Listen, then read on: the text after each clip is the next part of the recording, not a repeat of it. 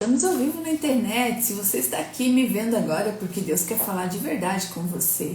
Aqui quem fala é Janice Leite. Nós estamos falando da Rádio Belém FM, essa rádio que está dentro da Assembleia de Deus Belém do Pará, aqui em São José. E nós estamos ao vivo nessa maratona, do aprendizado. Esse é um programa que está vinculado numa rádio FM. Se você quiser ter acesso à rádio, vai lá no link da bio que você vai conseguir acessar a nossa rádio. Essa rádio está sendo transmitida Brasil afora, né? Temos pessoas escutando essa rádio também fora do Brasil, é uma bênção. Nós queríamos dar um bom dia, um salve para todos que estão entrando. Bom dia, Flávia, amada, minha querida irmã de coração. Bem, bom dia para todo mundo que está entrando aí, que sejam todos, que se sintam abençoados em nome do Senhor Jesus. Esse programa se chama ATT. Esse programa é um programa de ensino, onde a gente aprende, transforma e transborda. Primeiro eu aprendo, depois eu transformo quem eu sou, e depois eu transbordo, sendo alguém diferente, mais edificado pela palavra de Deus.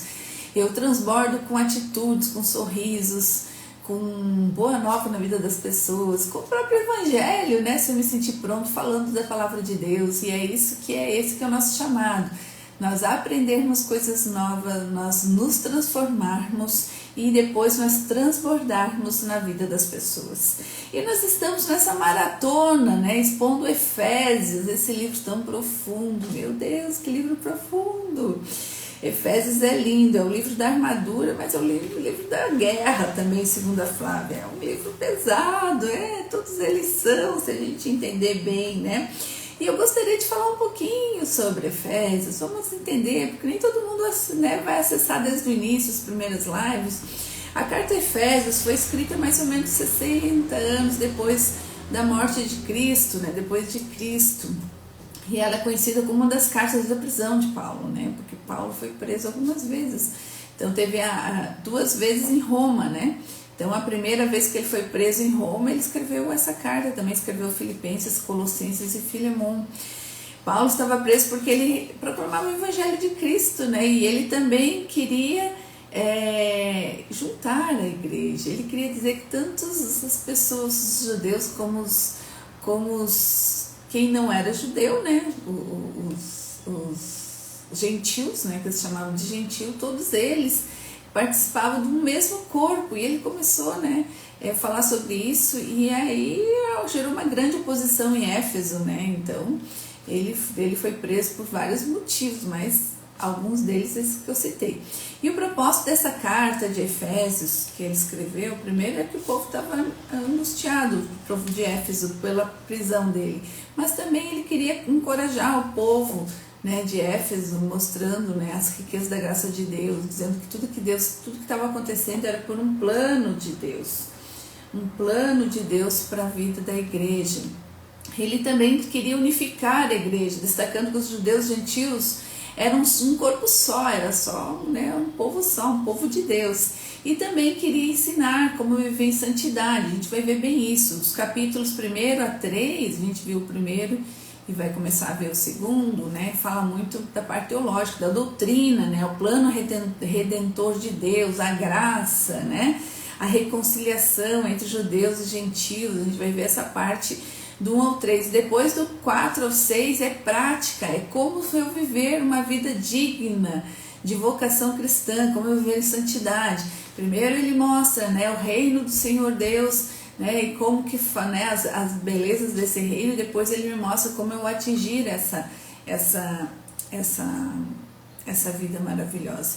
Então, para que a gente possa entender um pouquinho, e hoje a gente vai ficar na exposição do início do 2, é uma caminhada, né, uma jornada. Essa carta é uma jornada do conhecimento. A gente conheceu muitas coisas, falou sobre o Espírito Santo na nossa última aula, né? Os dons espirituais, a gente falou dos dons, dos frutos do Espírito, né? Quando a gente vive em santidade, a gente vive com o Espírito Santo dentro de nós. O Espírito Santo é santo, e daí nós temos que frutificar coisas do Espírito Santo, né? E aí lá em Gálatas a gente tem o fruto do Espírito Santo. Então, a gente, né, tá construindo um entendimento. É isso que nós vamos fazer, construir um entendimento. Não é só uma leitura, é porque a gente possa entender. Nós precisamos entender para interiorizar isso. Isso tem que ser né, dentro da gente como as coisas do dia a dia. A gente precisa ler a palavra e entender de verdade, né? E tem muitas coisas mais profundas que a gente nem consegue chegar. Eu não consigo às vezes ver, às vezes eu vejo, leio, mas a gente não consegue passar porque é pouco tempo, né? É um livro, a Flávia que me acompanha, ela diz assim, meu Deus, eu tenho 5 livros só sobre Efésios. Eu fiquei pensando, meu Deus, quanta coisa já foi escrita, né? Quanta coisa eu ainda não sei sobre esse livro. E é esse é o nosso... Essa é a nossa jornada, a gente cada dia sendo um pouquinho mais sábio sobre aquilo que a gente está lendo, aprendendo mais, e a gente está aqui sempre falando da palavra de Deus. Então, amados, para nós compreendermos com profundidade esse capítulo 2 aqui, a gente precisa relembrar um pouquinho a oração que Paulo fez aos crentes, lá no capítulo 1, no verso 14, né? E também no capítulo 2. A gente vai entender um pouquinho, né? Primeiro, só para que a gente entenda, né? Lá no capítulo 1, nós falamos do Deus triuno, né? Aquilo que Deus Pai fez, primeiro Deus Pai, o que ele fez, né? Desde a eternidade ele planejou a redenção, ele nos escolheu, nos predestinou a ser filhos por meio de Jesus Cristo. Aí veio Jesus, Deus Filho. Nos versos 6 a 12, né? A gente vê Deus Filho, né? Na forma humana, reconciliando-se com o Pai mediante seu sangue. Daí a gente falou, foi mediante o sangue, o acesso ao reino, né, mediante o sangue de Jesus. E depois a gente vê o Espírito Santo selando isso, né, selando e sendo penhor da nossa herança. Da nossa herança é de estarmos depois na glória ao lado do nosso Deus. Nós vimos isso. Com isso em mente, então, com essa parte, né, da promessa de Deus, de sermos, né, escolhidos, predestinados, tá tão diferente a minha voz hoje nesse microfone, vamos lá, que vai dar certo, de sermos predestinados, né, a sermos filhos, com isso tudo em mente, com a vinda de Jesus, né, e fazendo essa reconciliação. Por que reconciliação? Porque nós fomos separados de Deus lá no momento do Éden por Adão.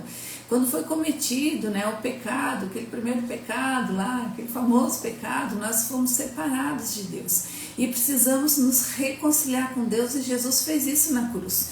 Quando a gente aceita isso, nós estamos já nos direcionando a viver perto de Deus. Quando a gente aceita isso, quando a gente aceita a reconciliação e aceita que Jesus veio, né, para nos reconciliar, e que Deus é criador de tudo, e a gente crê com o nosso coração e fala com a nossa boca, a gente está se tornando, deixando de ser criatura e se tornando filho de Deus, né, predestinados a ser filhos escolhidos. Aqui a gente tem que entender um pouquinho essa história. Então eu vou lá ler o Efésios 2, de 1 a 3, que é a nossa primeira exposição.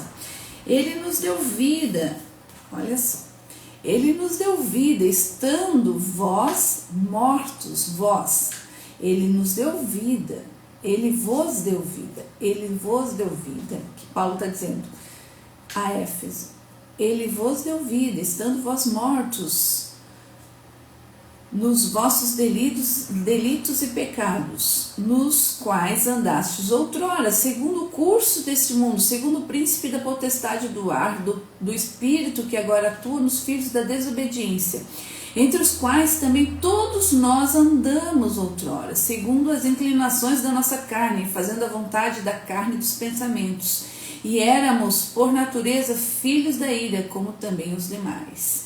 Filhos da ira, como também os demais. Bom dia, Pedro. Nós estamos, então, expondo Efésios 2.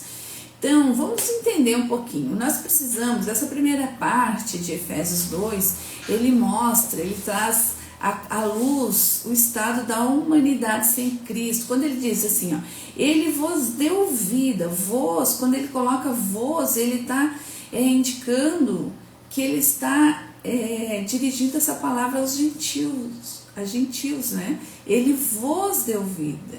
É como se ele dissesse, vocês, gentios, estavam mortos em seus delitos e pecados. Então aqui, Efésios 2:1, ele vos deu vida, estando vós mortos nos vossos delitos e pecados.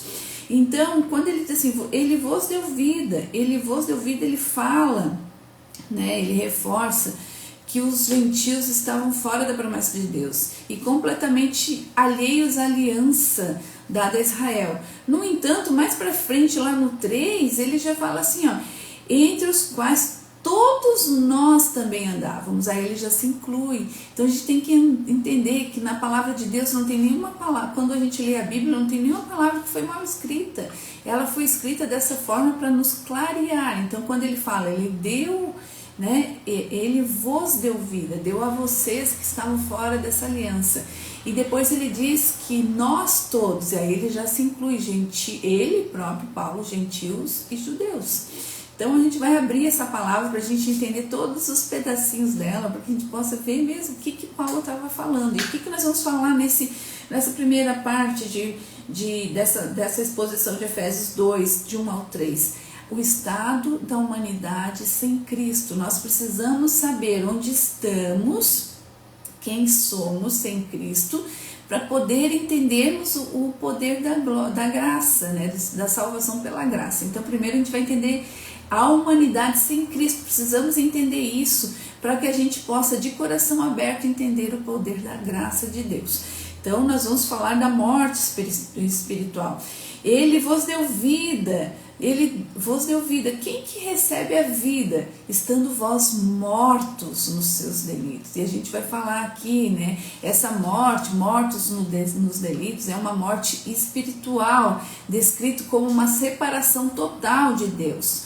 Né? Assim como um corpo não responde a estímulos, o espírito morto também é insensível à palavra de Deus, aos chamados de Deus. Ele é incapaz de reagir, né, e de buscar ao Senhor. Eu já estive nesse lugar, eu já estive num lugar insensível. Eu tive uma época da minha vida que uma pessoa falava comigo, isso é um depoimento meu.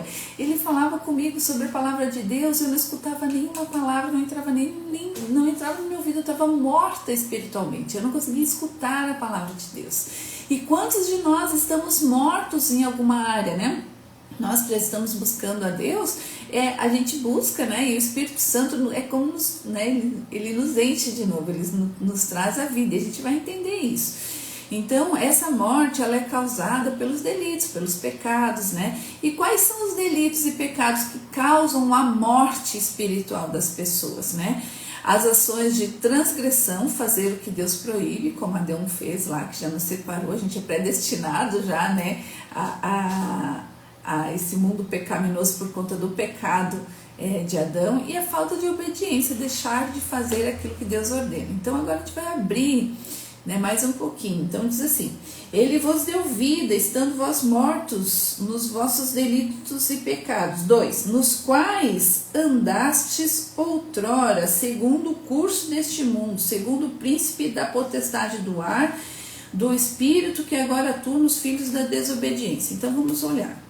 Nos quais andaste outrora.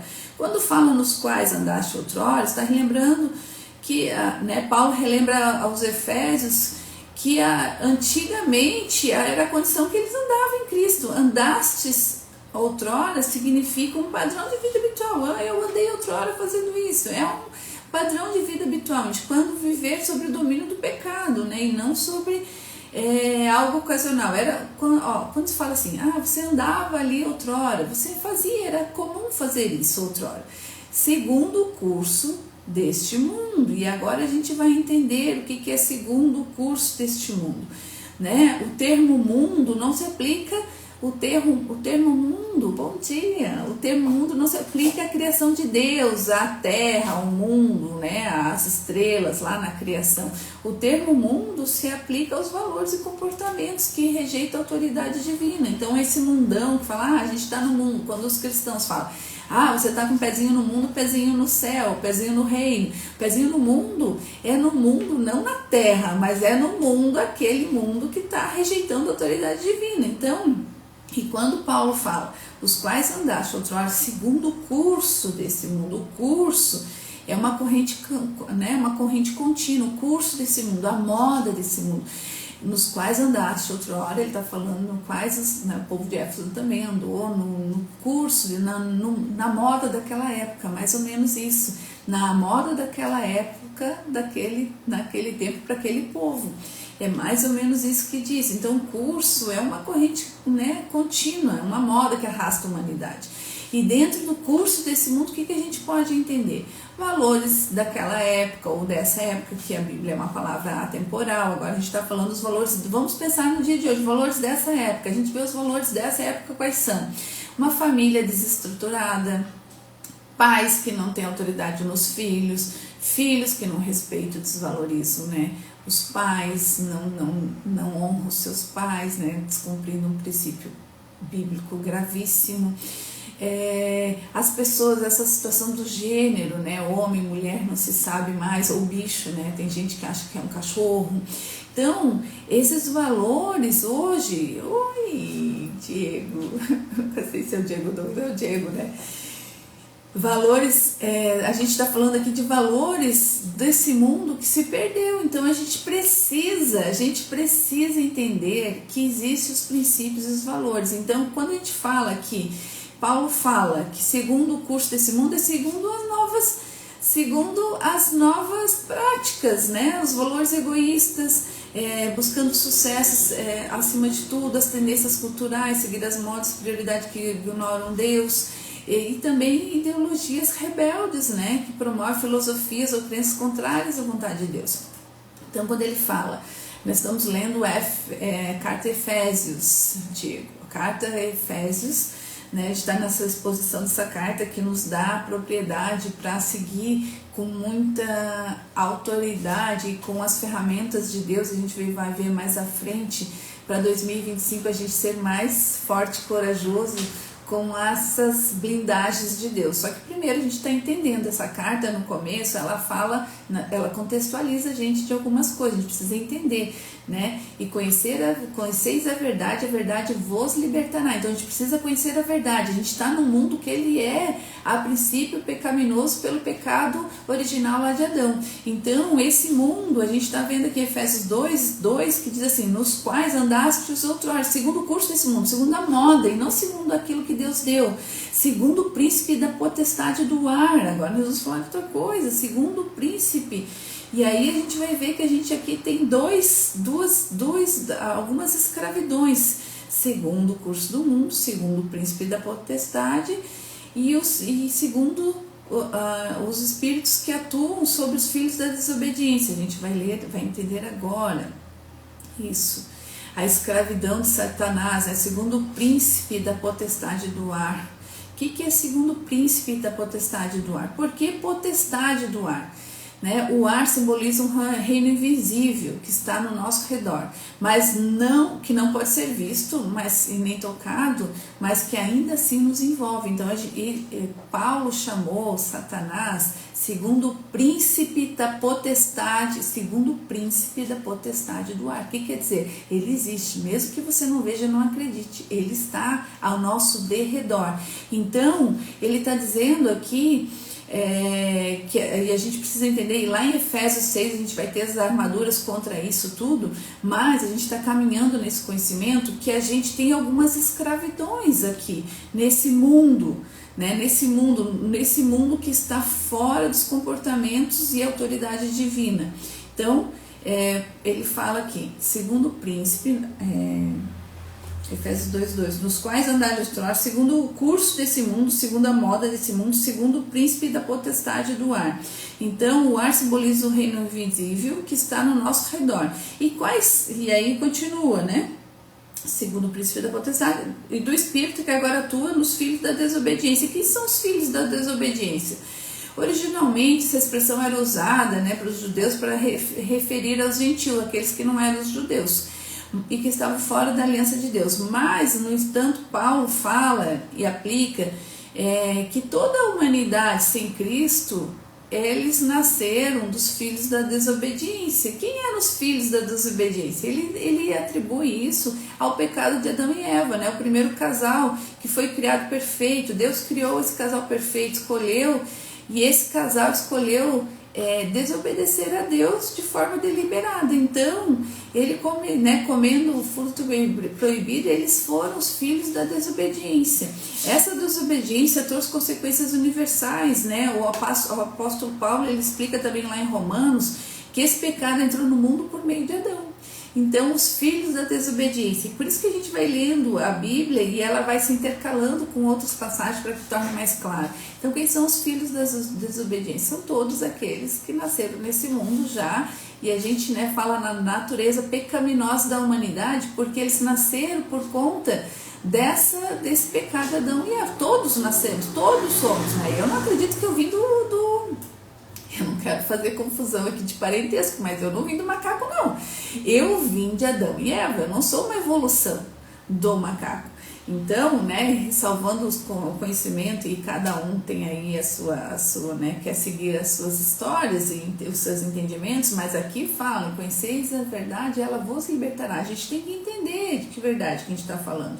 Então, quando fala dos filhos da desobediência, todos nós somos esses filhos da desobediência, né?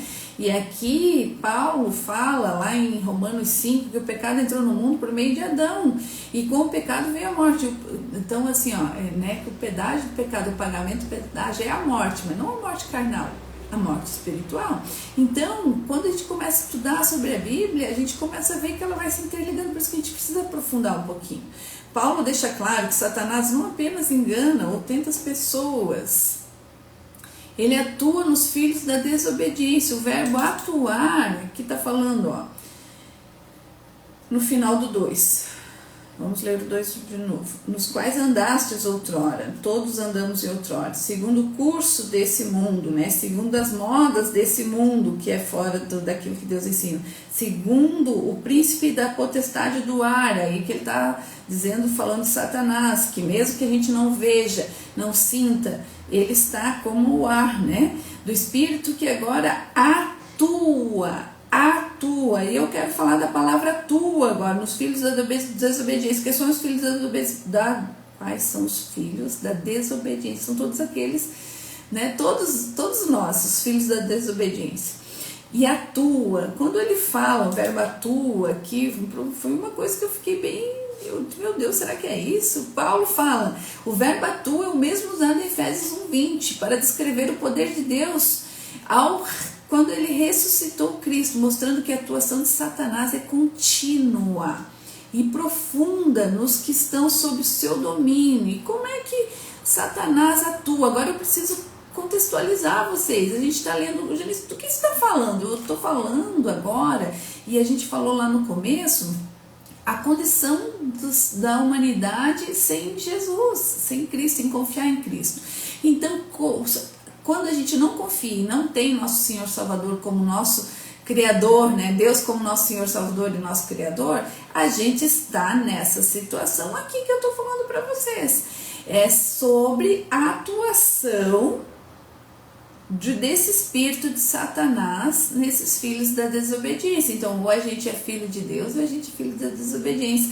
Lutero fala que o homem, pode parecer grotesco o que eu vou falar, Lutero fala que o homem tá sendo governado por Deus ou por Satanás. Ele fala até diferente, ele fala, ou o homem é mula de Deus ou o homem é mula de Satanás.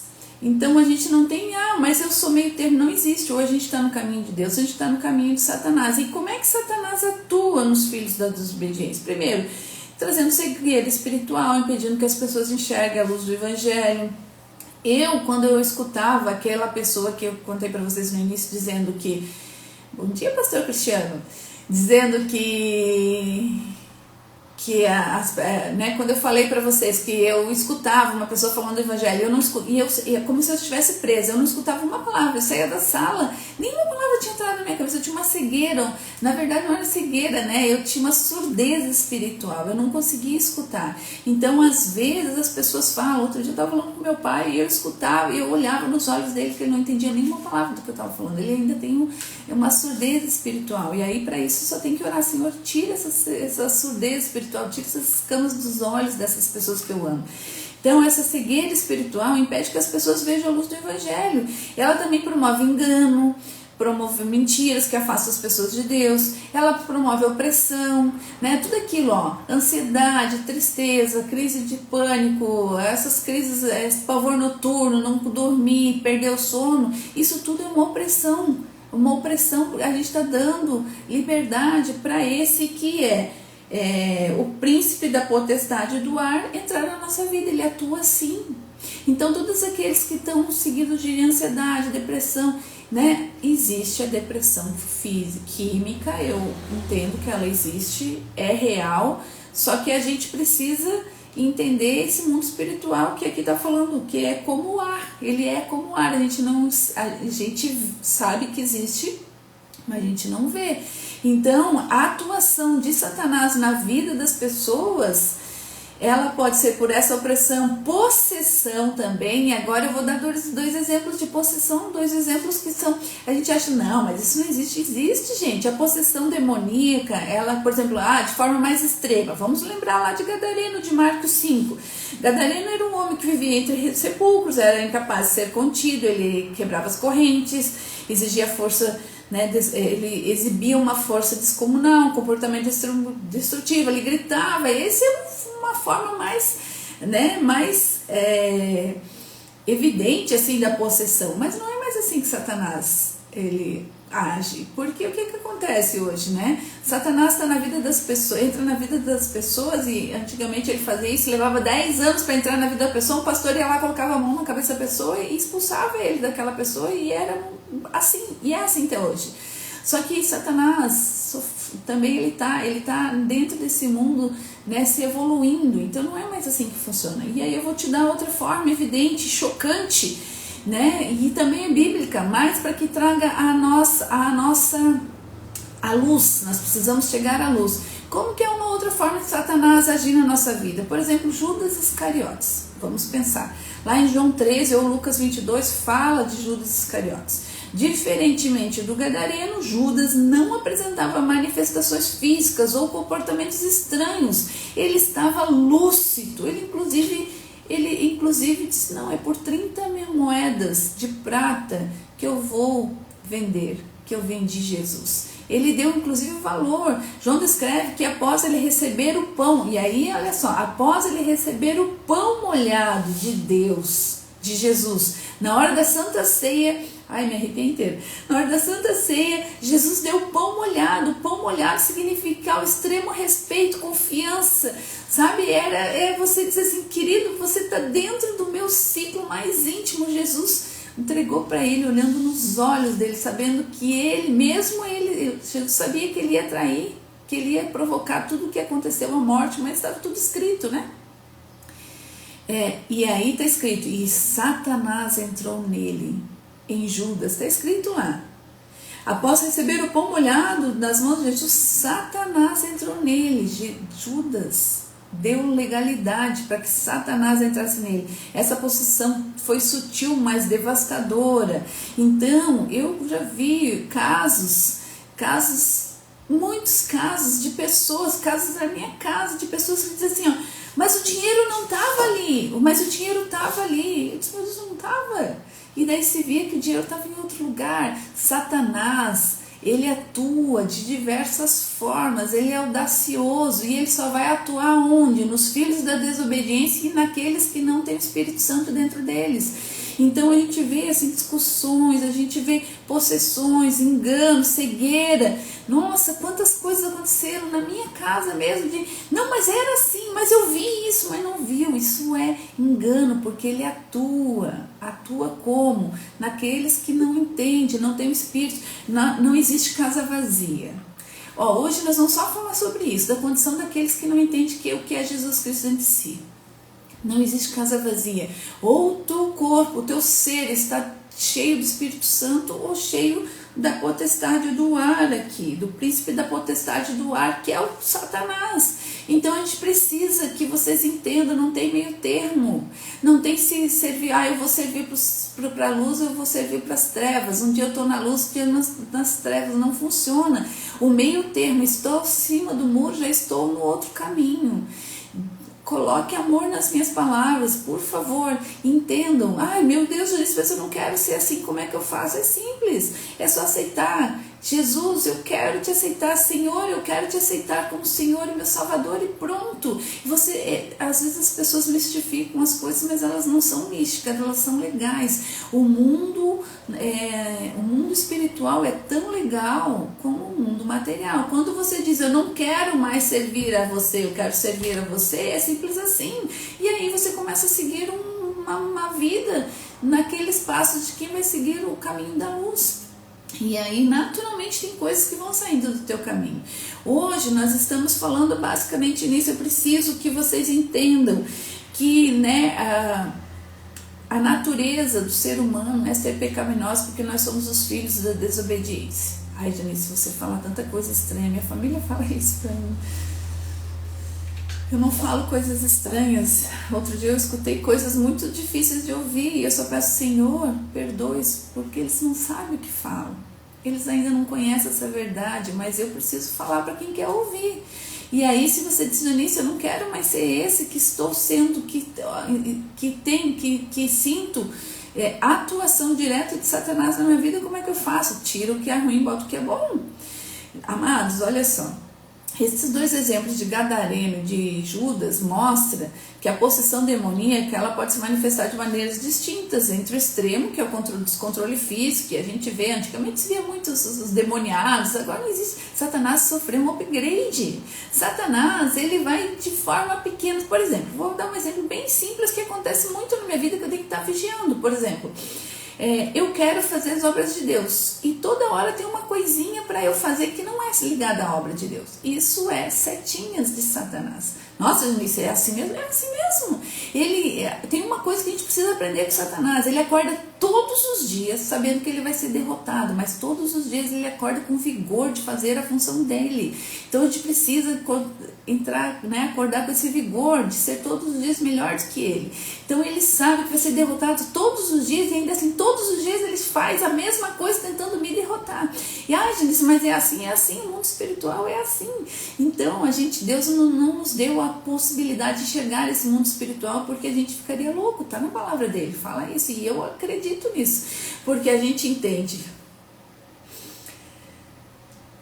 Lá no Salmo 91 diz que ele vai dar, Deus dá ordem aos anjos que ficam em volta da gente, daquele que está escondido no seu esconderijo. Então quando a gente aceita e clama por Deus, diz, Senhor, eu preciso de ti, e Deus sente o nosso coração, ele coloca os anjos em volta da gente, mas ao derredor tem esses que são anjos de trevas. Então é o tempo todo assim. Por isso que Deus não deu a possibilidade de a gente chegar, nós ficaremos loucos. E o estudo bíblico nos mostra muito isso. E aí a gente começa a ver dentro da nossa família as coisas que têm acontecido são resultados ou da luz ou da treva.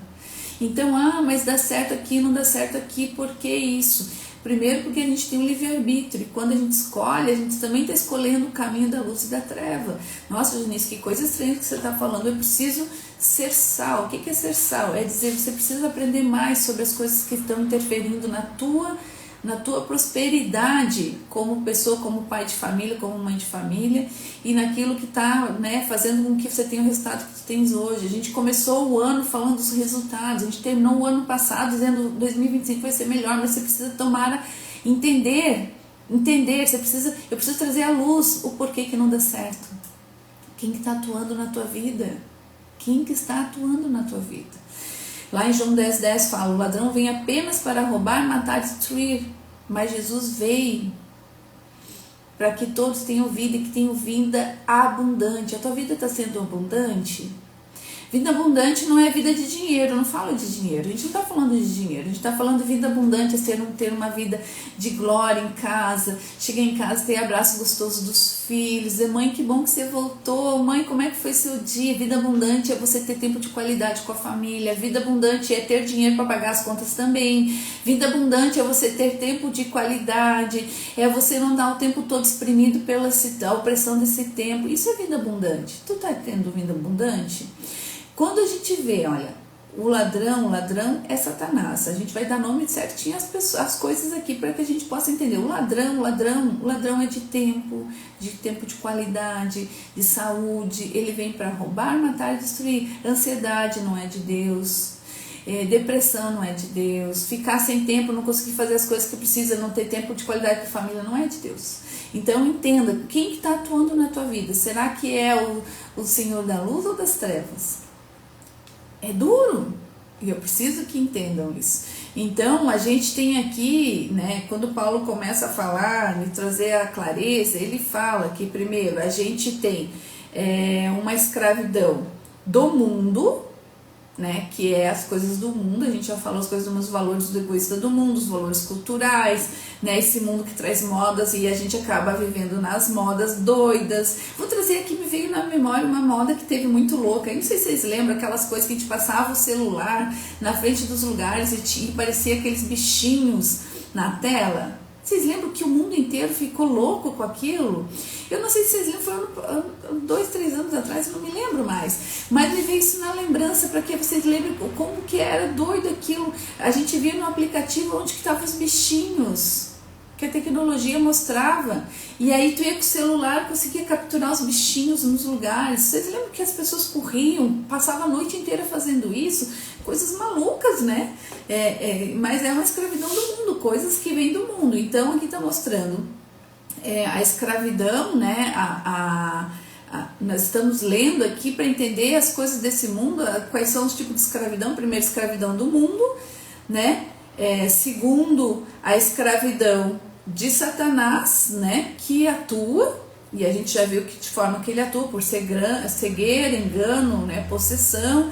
Terceiro, escravidão à carne, daí aqui nós vamos para o 3, entre os quais, agora estamos lendo Efésios 2:3, entre os quais também todos nós andamos, outrora, em outro tempo, segundo a inclinação da nossa carne, fazendo a vontade da carne e dos pensamentos, e éramos por natureza filhos da ira, como também os demais. Quando fala aqui também todos nós andávamos outrora segundo a inclinação da nossa carne, o que está dizendo segundo a inclinação da nossa carne? O que é carne, né? Carne, quando não se refere só àquilo que é físico, né? A nosso corpo, mas a natureza pecaminosa do ser humano que está, né, corrompida, né, com a inclinação de se rebelar contra Deus.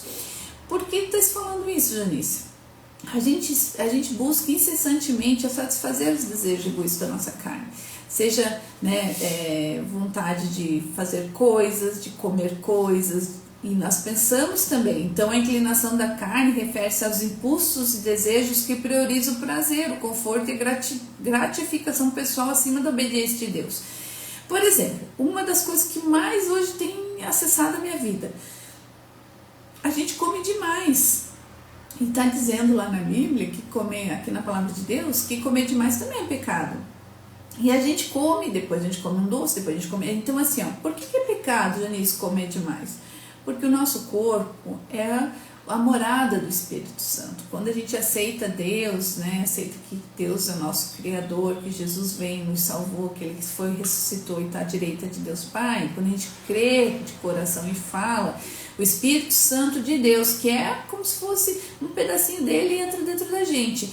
E aí a gente tem uma missão com relação a isso. Quando a gente tem essa missão, a gente é um missionário, né? Missionário da palavra de Deus, de viver de forma plena com as coisas de Deus, mostrando, fazendo, né, testemunho da boa obra de Deus na nossa vida. E quando a gente começa a comer demais, né, fica muito acima do peso, descuidado, a gente não está aqui sendo grato com aquilo que Deus nos deu. Então o que acontece?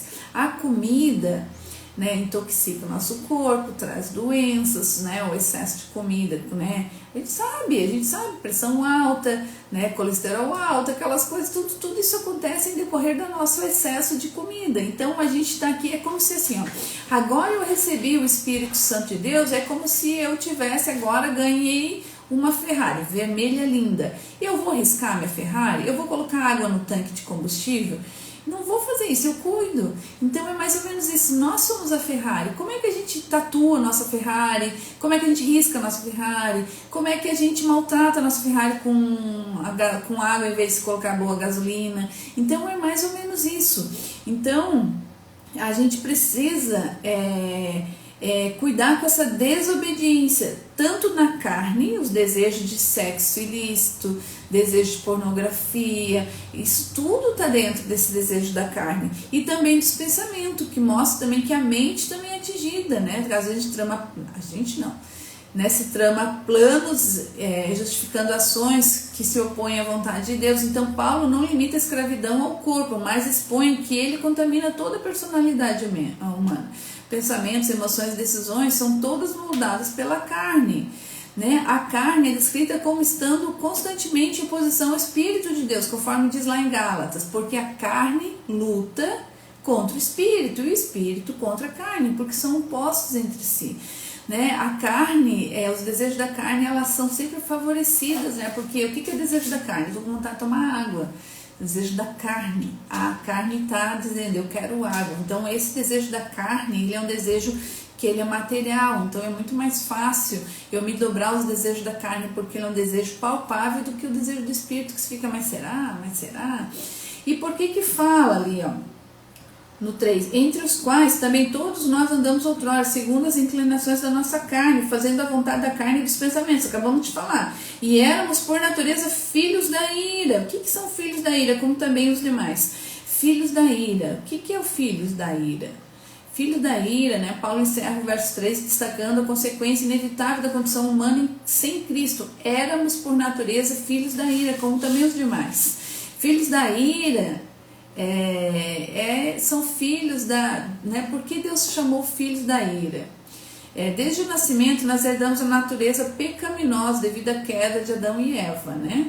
Como em Romanos 5,12 explica, portanto assim como por um só homem entrou o pecado no mundo e pelo pecado a morte, também a morte passou a todos os homens, porque todos pecaram. Esta herança do pecado nos torna, desde o início da vida, sujeita à ira de Deus. Por isso que ele está falando, olha como a gente tem que entender, filhos da ira é a ira de Deus contra o pecado. Então nós somos todos filhos da ira, porque somos todos filhos de Adão e Eva, né? Sujeitos à ira de Deus. Por isso que ele está dizendo, e éramos por natureza filhos da ira de Deus, né? Porque somos todos filhos, né, de Adão e Eva. A ira de Deus não é como a raiva humana, que é frequentemente pecaminosa, impulsiva ou vingativa. A ira de Deus é uma ira divina, é a reação justa e santa de Deus contra o pecado. Ele reflete seu caráter imutável, que não tolera o mal e sempre age de acordo com a justiça. É a aplicação do juízo, né? A justiça da equidade de Deus, né? Aqueles que desafiam a santidade de Deus. Filhos da ira, né? Então Paulo deixa claro que a condição de filhos da ira não é uma atribuição apenas a ações pecaminosas específicas, mas a natureza pecaminosa herdada, né? Isso significa que sem Cristo o ser humano não precisa fazer algo para estar sobre a ira de Deus. Ele já nasce destinado a essa condenação. E aqui tem uma outra afirmação muito dura, ó. Essa verdade destrói qualquer ideia da salvação por obras. Então eu não vou ser salvo por obras, e aí a gente vai construir o conhecimento para amanhã. Nós vamos falar da graça amanhã, e ela é muito profunda, mas para isso eu preciso que vocês entendam a nossa natureza pecaminosa e caída por conta daquilo que a gente já nasceu embaixo da ira de Deus. Se nós não aceitarmos, está falando aqui, ó, sem Cristo o ser humano não precisa fazer algo para estar sobre a ira de Deus, ele já nasce destinado a essa condenação. Então essa verdade destrói qualquer ideia de salvação pelas obras. Não adianta eu ir para a igreja, não adianta eu fazer, né, doações, ajudar os pobres, não é por obras. Essa natureza de filho da ira, de ser, né, já nascer, né, natureza pecaminosa do ser humano, essa natureza caída nos impede de alcançar Deus por mérito próprio. Não precisamos ir para o inferno. Olha que doido isso aqui, não precisamos ir ao inferno, já estamos a caminho sem a intervenção divina. Se nós não fizermos nada, nós já estamos no reino das trevas. É duro, Mas é assim, eu preciso trazer isso à clareza. Não é fácil, nem muito mais difícil de falar e de ouvir. Vocês estão aí dizendo, meu Deus, que doideira que a gente está falando, é isso mesmo que está falando aqui. Se nós não entendermos que a gente tem que buscar a salvação, a gente já está condenado para o mundo das trevas. Esse mundo onde Satanás atua o tempo todo, oprimindo, né, trazendo tristeza, angústia. A gente vê que o mundo é assim, nessa correria doida. Deixa eu explicar o resumo, né? Vamos tentar trazer à luz essa condição da raça humana, da condição humana aqui que está em Efésios de 1 a 3. Paulo mostra, né, dá um diagnóstico claro e universal da humanidade sem Cristo. Nós estamos falando da humanidade sem Cristo. Nós somos mortos nos delitos e pecados, incapazes de buscar ou reagir a Deus. Se a gente está sem Cristo, a gente não reage às coisas de Deus. Eu não reagia, faz 4 anos que eu estou nesse caminho novo. Eu escutava e não ouvia, não entrava. O louvor, escutar um louvor para mim era uma agressão, era difícil de ouvir, meu espírito era fechado para isso. Isso é fechado, é fechado ao mundo, fechadas as portas espirituais todas estavam fechadas, porque Satanás não queria mesmo que eu ouvisse. Ele age direto, ele atua direto na gente. Também é mais uma forma que a gente, escravo do mundo, de Satanás e da carne, né? Se nós não entendermos, se nós estamos nessa humanidade sem Cristo, a gente é escravo do mundo, a gente é marionete. Eu costumo falar, a gente é marionete do mundo, se nós formos assim, de Satanás e da carne, governado pelas influências que afetam e nos afastam de Deus, né? Então essas influências estão nos tirando do caminho do Senhor. E nós estamos então destinados à ira, né? Condenados por natureza, sem esperança, fora da intervenção divina. Tudo isso que eu estou falando é um diagnóstico claro e universal da humanidade sem Cristo. Eu estou morta nos delitos e pecados, sou escravo do mundo, de Satanás e da minha carne, destinado à ira de Deus. Se eu não fizer nada, eu já estou no caminho das trevas. Eu preciso trazer isso à luz. Então, Janice, como é que eu faço, né? Como é que eu faço? Reconheça a profundidade do pecado, entenda que a condição humana sem Cristo ela é de total incapacidade espiritual. Primeiro, agradeça que tem uma cura, agradeça pela graça de Deus, e a gente vai falar sobre a graça. Somos salvos não por intermédio de mérito meu, mas por nome do Senhor Jesus, pela misericórdia de Deus. E aí, depois que você for salvo, você é um portador do evangelho, você vai ter que se fazer, né?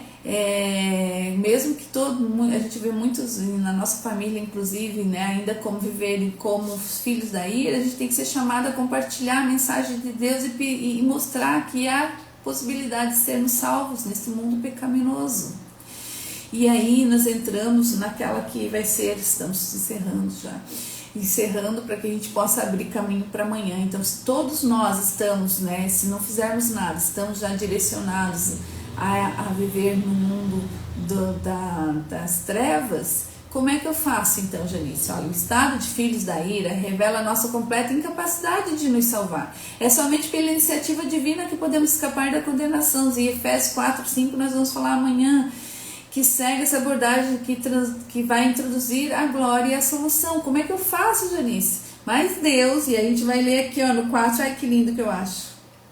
Mas Deus, sendo rico em misericórdia, por causa do grande amor que Ele com que nos amou, estando nós mortos em nossos delitos, mortos, já entendeu que a gente estava morto, né? Nossos delitos nos deu vida juntamente com Cristo, pela graça sois salvo. E amanhã a gente vai entender como é que é isso, tá, Janice? Eu quero saber como é que eu vou ser salvo, é pela graça, não é pelas boas obras, não adianta você ser bonzinho, eu quero ajudar na igreja. Não, gente, é pela graça, e amanhã a gente vai entender a graça. A graça é um favor imerecido de Deus, e a gente vai, primeiro, para poder entender a graça, a gente teria, né, a gente fez isso hoje, entender aonde estamos. Amém? Palavra dura hoje, né? É mais dura de falar, pode ter certeza. Eu vou orar para a gente encerrar, porque a gente está terminando aqui. Nós, a partir de agora, não vamos mais ultrapassar nossos horários, porque a gente precisa ajustar outras coisas nesse mundo, né, terreno. Dá uma relaxadinha aí. Senhor, eu não entendi nada. Pede ajuda se não entendeu. Senhor, sem ti não sou nada. Seja humilde, faça isso. Senhor Deus, nós reconhecemos que sem Ti nós estamos mortos, escravizados pelo pecado, Senhor, e destinados à Tua justa ira. Mas com a Tua grande misericórdia, o Senhor nos amou, mesmo quando éramos todos inimigos, e nos deu vida por meio de Cristo. Te agradecemos pelo Teu amor que alcançou o nosso coração, pelo Teu poder que nos regenerou e pela Tua escolha soberana que nos trouxe para perto de Ti. Ajuda-nos, Senhor, a viver em humildade e gratidão, reconhecendo diariamente que nossa salvação vem unicamente de Ti, Pai querido. Capacita-nos, Senhor, capacita-nos a compartilhar essa mensagem de esperança com aqueles que ainda estão perdidos, para que mais vidas sejam transformadas pelo Teu poder. Pai, eu sei que essa palavra não é fácil, Senhor. Essa palavra não é fácil porque faz com que a gente examine a nós mesmos, Senhor, examine os frutos. Mas, Senhor, que essa palavra seja um sal na vida dessas pessoas que estão ouvindo, que vão ouvir, para que elas vejam que elas têm que buscar entender o que está acontecendo, onde estão, para buscar um caminho novo, Senhor. É isso que eu lhe peço hoje. Capacita-nos, Senhor, a enxergar tudo isso e a termos humildade para reconhecer que sem Ti não somos nada, Senhor. É isso que eu lhe peço, Senhor, no nome precioso de Jesus. Amém. Amém, amados? Difícil a palavra demais hoje para mim falar, mas faz parte, né? Faz parte. Sim, que vocês fiquem, né? Sejam abençoados no dia de hoje, que tudo aquilo que vocês forem fazer resplandeça a glória do Senhor, mesmo que você ainda não conheça Ele, do jeito que a gente está começando a conhecer agora. Eu vejo que na minha live entram muitas pessoas que nunca ouviram falar da palavra de Deus assim, e eu preciso que vocês coloquem amor no meu coração. O objetivo aqui é que a gente traga a luz, diz na palavra do nosso Senhor, e conhecer a verdade, e conheceis a verdade, e a verdade vos libertará. E eu creio que vocês vão ter vontade de conhecer essa verdade e entender, porque não diz respeito só à nossa vida, diz respeito aos nossos filhos também. Aquilo que estamos fazendo vai chegar às próximas gerações, como bênção, como maldição. Outro assunto, mas é verdade. Então tudo está muito alinhado. Deus fez um mundo perfeito, a gente que faz coisas estranhas, então a gente precisa entender que tudo aquilo que a gente faz traz reflexos para a nossa vida e para a vida dos nossos, e é por conta dos nossos que eu estou pedindo, vai buscar mais, aprenda mais, para que você derrame só bênçãos. Todo pai quer só derramar bênçãos na vida do filho, mas nem tudo aquilo que ele faz traz isso. Eu preciso que vocês entendam.